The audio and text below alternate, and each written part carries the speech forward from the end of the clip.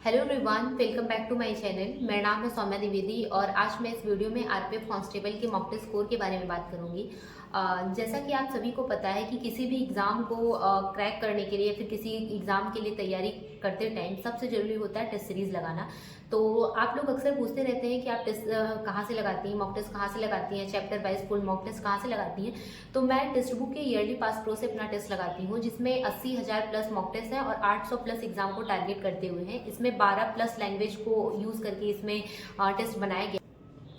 तो ये सारे टेस्ट आप टेक्स्ट बुक पास प्रो लेकर दे सकते हैं। तो आप सबसे पहले टेक्स्ट बुक पास प्रो लीजिए, जो कि हो चुका है इस टाइम 615 का। आप मेरा कूपन कोड SAUMYA लगाकर आप 12% का डिस्काउंट पा सकते हैं और अपना एग्जाम प्रिपरेशन और अच्छा कर सकते हैं। तो अभी टेक्स्ट बुक ऐप डाउनलोड करिए और text book yearly pass pro अभी लीजिए। तो बात करते हैं आरपीएफ कांस्टेबल के मॉक टेस्ट स्कोर के बारे में। तो सबसे पहले बात करते हैं जीएस के बारे में। तो जीएस में मेरे सबसे ज़्यादा क्वेश्चन करंट अफेयर से गलत हुए हैं और कुछ क्वेश्चन मेडावल हिस्ट्री से गलत हुए हैं, जिसमें मैंने दिल्ली को सबसे पहले किसने राजधानी बनाई थी ऐसे करके एक दो क्वेश्चन थे। दीवाने आरिज कौन सा विभाग होता है ऐसा करके क्वेश्चन था।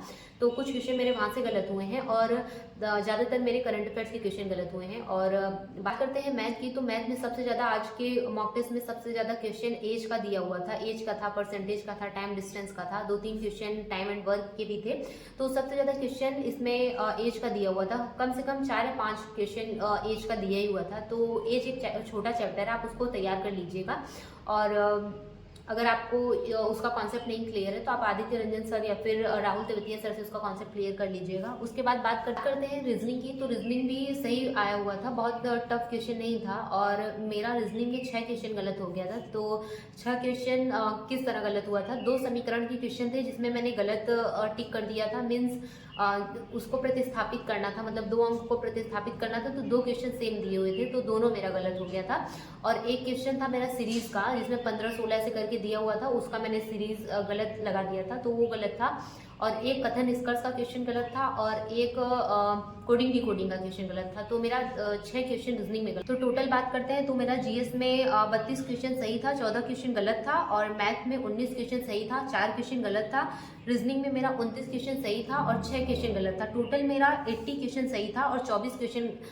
तो कल जो भी करना है पूरा रिवीजन करना है अच्छे से और मॉक टेस्ट देना है। अगर आपके पास टाइम नहीं बच रहा है रिवीजन के बाद, क्योंकि मुझे पता है कि कल का जो टारगेट होगा थोड़ा बड़ा होगा, क्योंकि रिवीजन करना है और बहुत सारे टॉपिक एक साथ मिल जाएंगे। तो कल के दिन एक ही मॉक टेस्ट दीजिए। अगर आपके पास टाइम बच रहा है तो 2 मॉक टेस्ट दीजिए, वरना एक ही मॉक टेस्ट दीजिए। तो कल के लिए ये कर सकते हैं आप। और कल रिवीजन डे है तो सब लोग अपनी पढ़ाई अच्छे से करिए। और ये था मेरा आज का टारगेट। आप लोगों ने कितना इसमें अचीव किया, कितना स्कोर आपका बना, जरूर कमेंट करके बताइएगा। और मुझे और क्या करना चाहिए मैथ के लिए, खासकर कुछ अगर आपके पास और सजेशन हो अलग से कि हाँ मैथ में ये चीज़ करो, तो आप जरूर से अपना कमेंट डाल सकते हैं कि हाँ मैथ में और क्या क्या करना चाहिए।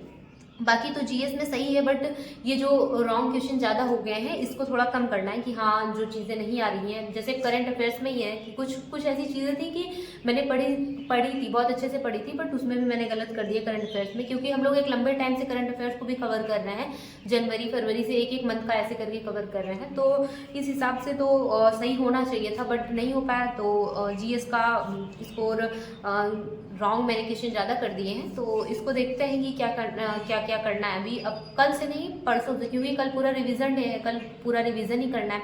तो मैं मंडे से करंट अफेयर भी ऐड कर दूंगी इसमें। अगर मतलब आपको ये बहुत बड़ा लग रहा है, बर्डन लग रहा है, टारगेट बहुत ज़्यादा लंबा लग रहा है, तो उसमें एक मॉक टेस्ट हटा दीजिए, चाहे वो जीडी का चाहे आरपीएफ कांस्टेबल का हटा दीजिए। अगर फिर भी आपको लग रहा है कि हाँ जीएस बहुत लंबा दे दिया गया है, तो जीएस का ये टॉपिक हटा दीजिए। आप एक टारगेट कंप्लीट करने के बाद नेक्स्ट टारगेट ले सकते हैं। तो इस तरह आप इसको कवर कर सकते हैं और मेरा यही अप्रोच है। अभी मैं तो यही कर रही हूँ। और रीजनिंग के लिए कुछ क्वेश्चन गलत हो उसको मैं बहुत अच्छे से देखूंगी। और रीजनिंग के लिए तो मैं सिर्फ एक सेक्शन मॉक टेस्ट देती हूँ, जैसा कि मैं पर डे के टारगेट में भी दे रही हूँ। बट आपका मॉक टेस्ट देने के बाद जो भी टॉपिक लग रहा है कि हाँ ये कमजोर है, तो यहाँ पे ज़्यादा ध्यान दीजिए। अभी मुझे ऐसा लगा प्रतिस्थापन में बहुत ऐसी बड़ी चीज़ नहीं थी कि हाँ नंबर बस एक्सचेंज करना था वहाँ पे, बट मैंने गलत कर दिया है। तो मैं एक बार उसकी प्रैक्टिस कर लूँगी ताकि नेक्स्ट टाइम से गलत ना हो, क्योंकि इसमें तो 30-35 क्वेश्चन दिया है और एसएससी जीडी में तो 20 क्वेश्चन है। तो बहुत मतलब ये लेके चलना है कि 20 में से 20 पूरा रीजनिंग का हो, क्योंकि ये सारी चीज़ें, ये सारे सब्जेक्ट हैं जो स्कोर करने वाले हैं, तो इसमें गलती नहीं की जा सकती। तो ये था मेरा आज का स्कोर। आप लोग भी ये टेस्ट देके ज़रूर बताइएगा और कितना आपका स्कोर रहा, और जो भी आपको सजेशन देना हो आप कमेंट बॉक्स में दे सकते हैं। और थैंक यू सो मच मेरी वीडियो को देखने के लिए। बहुत अच्छे से पढ़ाई करिए।